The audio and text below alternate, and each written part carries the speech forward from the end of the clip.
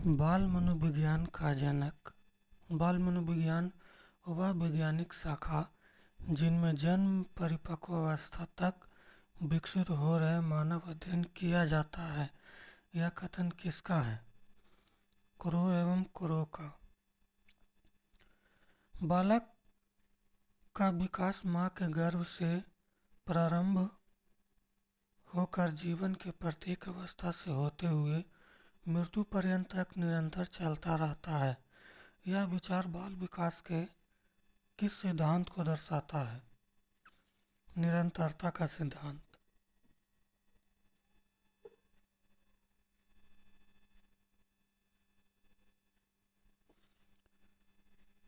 मानव जीवन के एक क्षेत्र में पाई जाने वाली कमियां दूर हो रही है, प्रगति में बाधक सिद्ध होती है। यह विचार विकास के किस सिद्धांत से संबंधित है? परस्पर संबंध का सिद्धांत।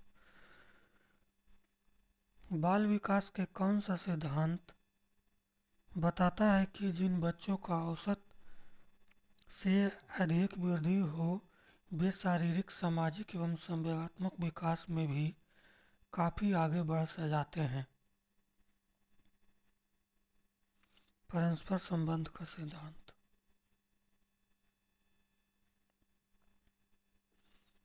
बाल विकास निम्नलिखित में से कौन सा सिद्धांत बताता है कि बालकों का विकास उनकी व्यक्तित्वता के अनुरूप होता है?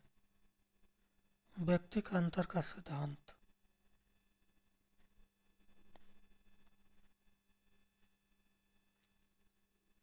बाल विकास का कौन सा सिद्धांत बताता है कि एक बालक पहले पूरे हाथ को, फिर अंगुलियों को, फिर हाथ और अंगुलियां एक साथ चलाना सीखता है? एकीकरण का सिद्धांत। बाल विकास निम्नलिखित में से कौन सा सिद्धांत बताता है कि बालक सबसे पहले सिर और भुजाओं की गति पर नियंत्रण करना सीखता है और उसके बाद फिर पैरों पर? विकास की दिशा का सिद्धांत।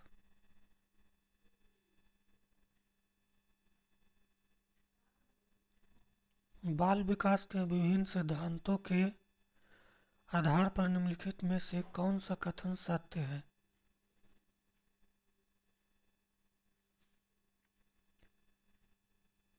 विकास की प्रक्रिया क्रमबद्ध रूप से आगे बढ़ती है। विकास धीरे धीरे एवं निश्चित समय पर होती है। एक ही जाति विशेष सभी सदस्यों में विकास की कुछ समान विशेषताएं दिखाई पड़ती है।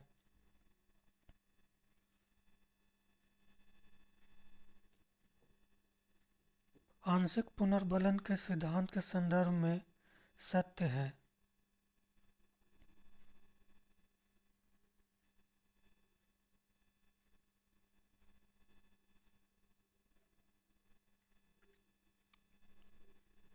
ए, बी और सी।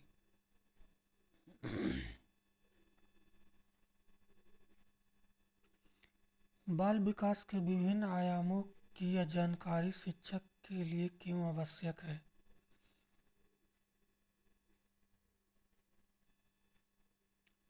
बालक की समस्याओं का निदान करने के लिए, बालक उपयुक्त शिक्षण विधि अपनाने के लिए, बालक के लिए उपयुक्त शैक्षिक वातावरण के निर्माण के लिए।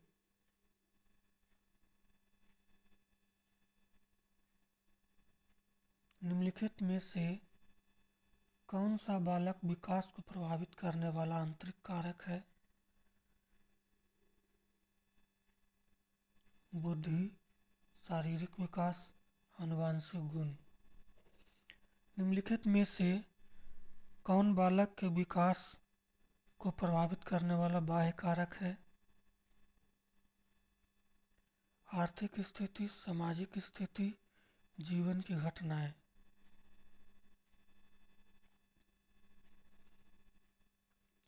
शिक्षक बाल मनोविज्ञान का ज्ञान द्वार बालकों की बुद्धि तथा रुचियों की जानकारी लेकर शिक्षा देता है। प्रकृति को जानकर शिक्षा देता है। आर्थिक स्थिति, पारिवारिक स्थिति की जानकारी लेकर शिक्षा देता है।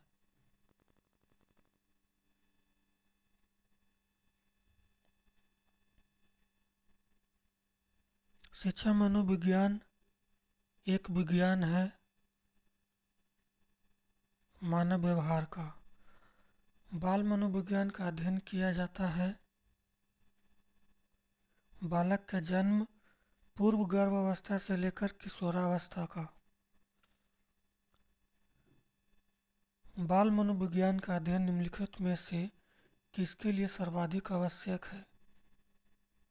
प्राथमिक शिक्षक के लिए।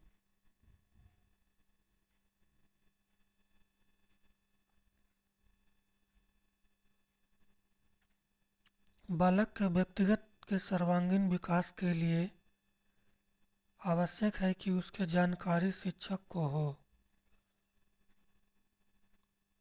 व्यवहार।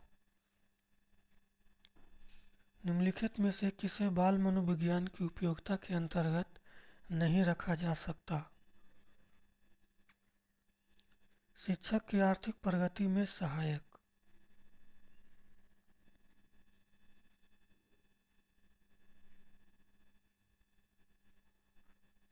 निम्न को सुमेलित कीजिए।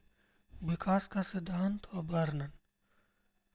परस्पर संबंध का सिद्धांत।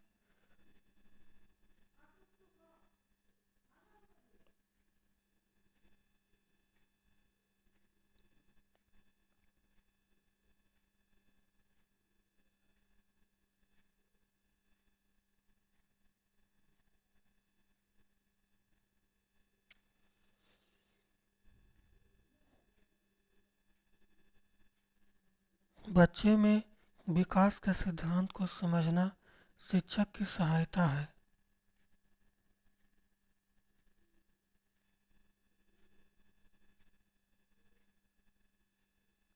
शिक्षार्थियों को भिन्न भिन्न अधिगम शैलियों को प्रभावी रूप से संबोधित करना।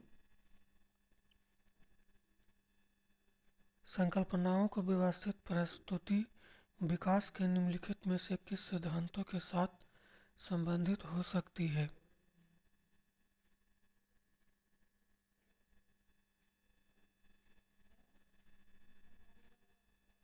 विकास सापेक्ष रूप से क्रमिक होता है।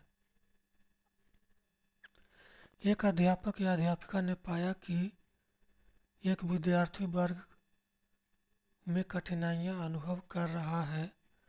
उसने अनुमान लगाया कि वह हीरे का चित्र बनाने में कठिनाई अनुभव करेगा। उसने निम्नलिखित में से किस सिद्धांत पर आधारित होकर यह अनुमान लगाया?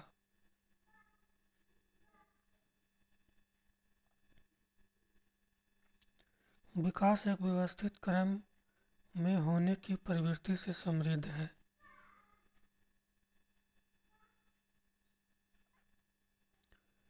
इनमें से कौन सा बाल विकास का एक सिद्धांत है? विकास परिपक्वन तथा अनुभव के बीच अन्योन्य क्रिया के कारण घटित होता है।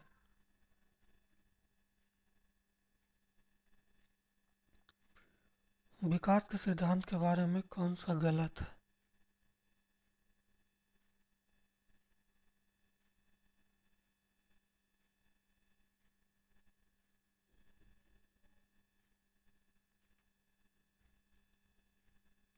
विकास परिपक्व और अधिगम पर आधारित यह गलत है। शरीर के केंद्रीय भाग में परिधियों या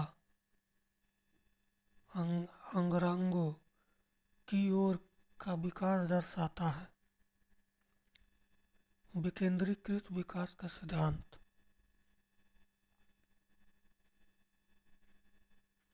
निम्नलिखित में से कौन सा विकास का सिद्धांत नहीं है?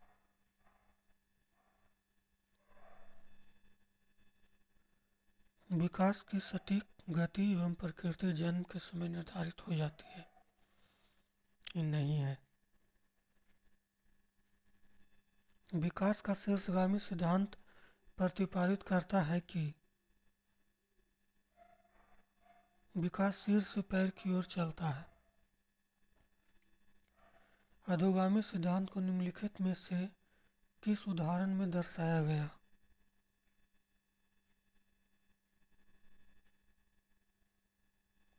शिशु पहले अपने धड़ और फिर अपने हाथ और पैर हिलाना सीखता है।